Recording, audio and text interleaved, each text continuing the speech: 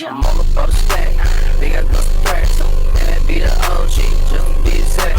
What's going on, guys? Nate here with Hood Rat Racing Co. coming at you with another video. And in this episode, we're back working on the truck. And we're going to do a little bit of an upgrade to the interior. So we're going to get right into it. The topic for today's video is mainly going to be about the climate control in this truck. It still has the factory black climate control.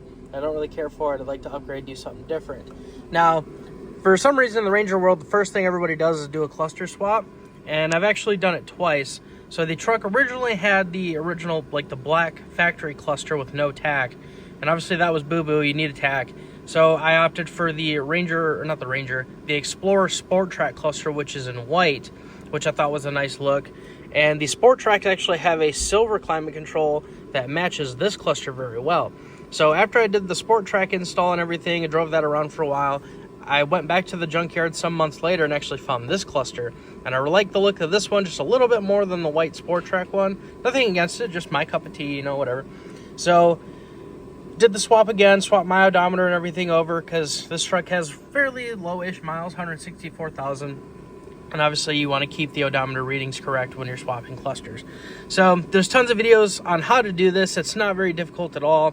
And as you can see, I got rid of the green film on the back of the cluster and opted for purple LEDs. Just something to dress it up a little bit. Thought it was sweet. But again, the heater controls are a little bit different to work with as far as like the cluster versus this. There's a little different principles and stuff you got to work with here.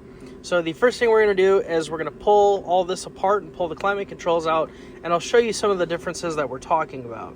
All right, so normally when you start off with this whole removal process, there's two, I believe there's 7 mils that you'll take out. Mine are broken, so I can just pull this whole mug right out. If I launch the truck, the whole dash flies out. It's actually hilarious. I need to find another one of these, but I just haven't found a decent one yet. So there's a couple electrical connectors you're gonna have to undo. Your cigarette lighter definitely being one of them. And then your radio connections here. Let's pull the mic out. Antenna. I know it's kind of tough to show you guys. So RCA's for the sub. I got red in the red port and black in the white port. Okay, so we're good there. Radio is now out. As you can see here, screws are still chilling in there. We're just going to leave them alone for now. And as you can see, we have all the room in the world now to get to the climate controls in the truck, which are 4 more 7 mils. So we'll get those removed and we'll pull this apart. All right, so as you can see, we got the climate control unbolted here. We're just undoing the electrical connectors. So you have a fat one here, a small one up here.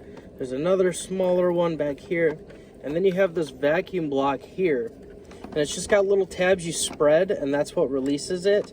Now, one thing I found to help with the overall removal is there's a little slot here. Probably can't really see it on the side, but you can kind of stick like a pry tool in there and just gently convince this vacuum block to release on your climate control here,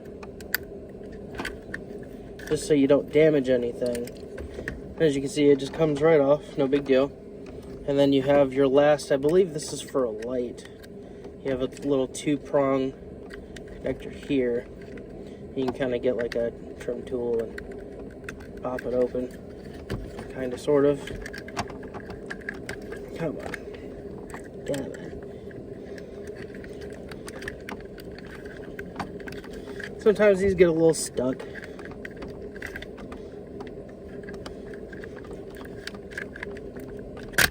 There she goes. Alright, now our climate control's out. And we can take this over to the workbench and see what we got. So as you can see now, we got the climate control out. You can see all your connectors here.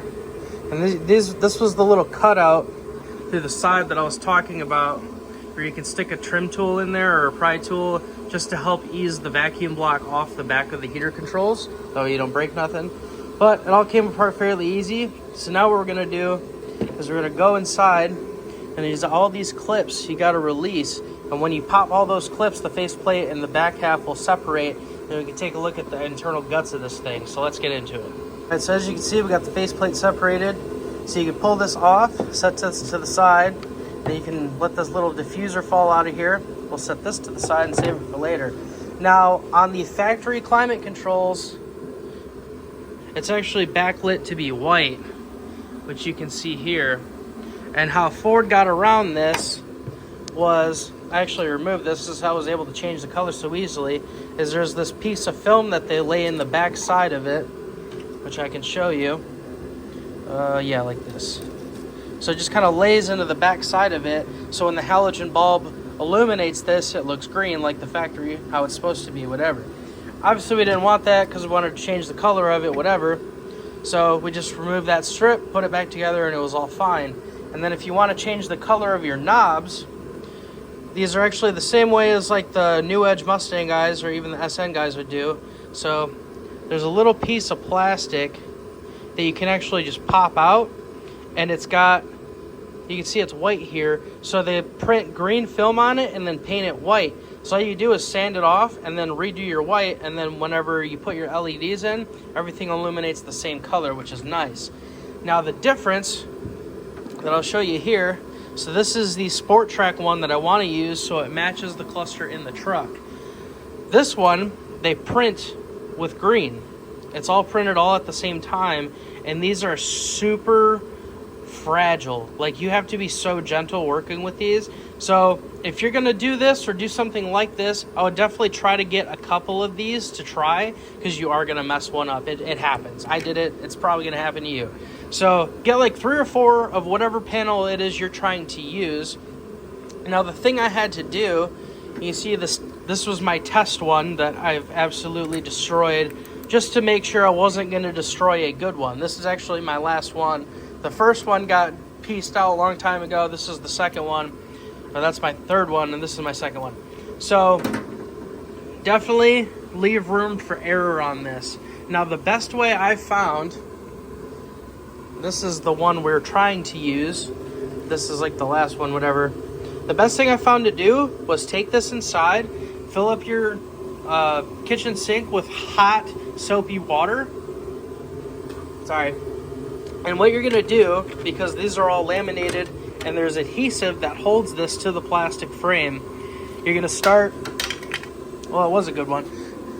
You're gonna drown this thing in your kitchen sink in hot soapy water. You're gonna burn yourself the whole time, and you're gonna start at a corner and just gently and slowly peel this off, just a little bit at a time. It probably took me about a good 45 minutes to an hour to do the whole thing, and it didn't happen perfectly.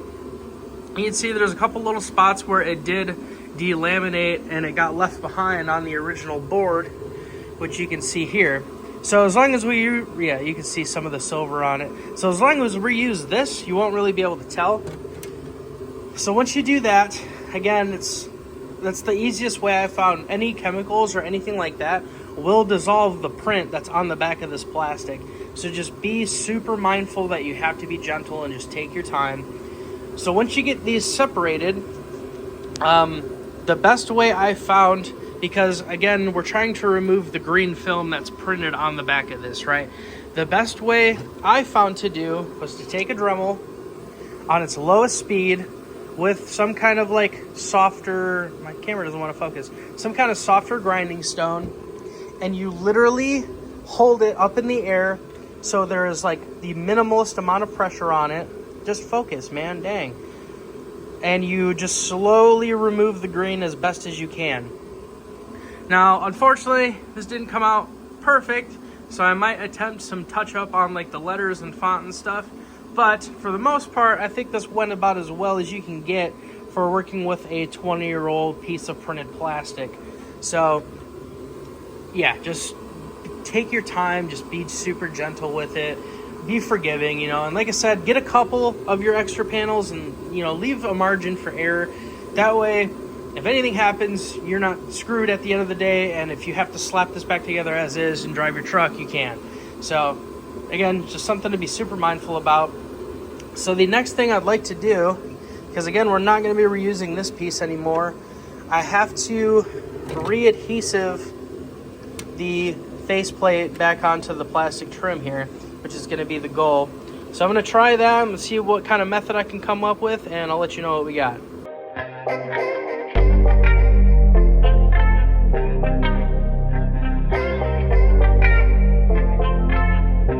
Alright, so as you can see, we got the faceplate completed.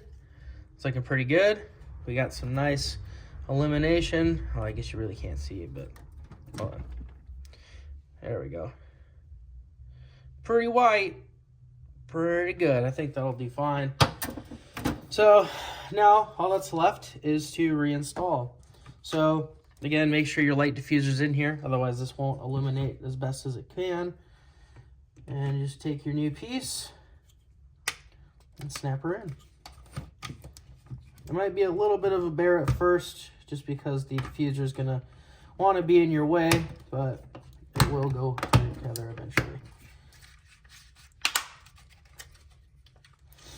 Bam. And then we have our knobs that we already prepared. They all appear to be keyed the same way, which is nice. No mix-ups there.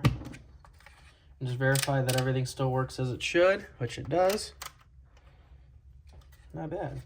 So now, when this is all illuminated inside the truck, it'll light up the purple.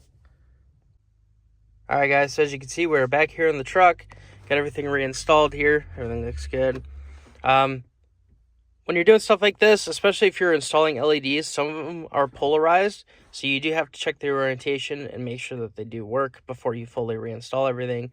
But we're going to turn the truck on just to ensure everything still works. Blower speed's on. That still works. So, yeah, that'll do. The controls are currently stuck on defrost because I got a dead vacuum line going into the engine bay that I still need to repair. So I'll be doing that soon, but everything still works, which is great. And the purple looks great.